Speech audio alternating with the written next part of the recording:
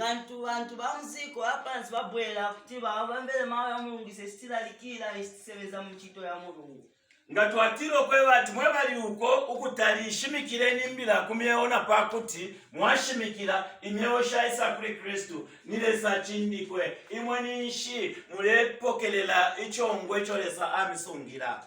Sikamtuma kuti imwika endani uko kwe mulili kutali mulalikire maulungu na abantu abantu kuja babwera kuno nitaliso maningi kuchiso kuli site ya Mulungu. Ninshi imwe ntampuro shenu shilependwa kuli Kristo. Imwe mafull steps yanu yapendwa ku Mulungu kutili site ya Mulungu. Kashimikireni imbila nsuma kuba busu n'abakankala takuri kutino mukankala tiyo nyuru mukankala awe tufule twamuno kweba ati nabo tureikala nabo twabashimikira abashira kusuka n'abantu kwa Yesu n'abayiche Yesu twabashimikira kweba tireso kwaba. Haleluya.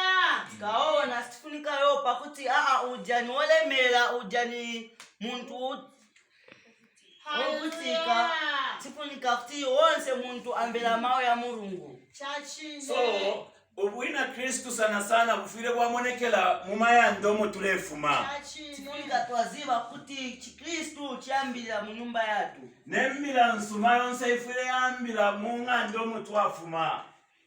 Na mawe ya Mulungu ifunika yambira mwija nyumba mwetiri. So tulelo ndolola pakwe bati tube abantu abakukula bwino muchebo chakwa shikuru. Nilo tuambira batumona nobo tulefuma mayanda bachiratiro kwe bati uyu mwana wakwalesa. Ifunika kuti konse kwetichokela wabaziba kuti uyu muntu ni mwana wa Mulungu.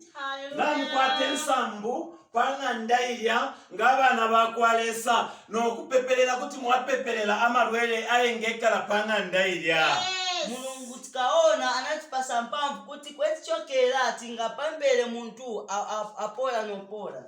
Nemipashi yako wela ifilele mitutuma kwe bati uyu mwana wakwalesa. Ibe na mizimu sifunika saziba kuti uyu ni mwana wa Mulungu. So taifile mipashi yako wela ifatule itina awe. Sifunika ngabana ba Mulungu pa Mulungu kutitiyo pa mizimu iyayi.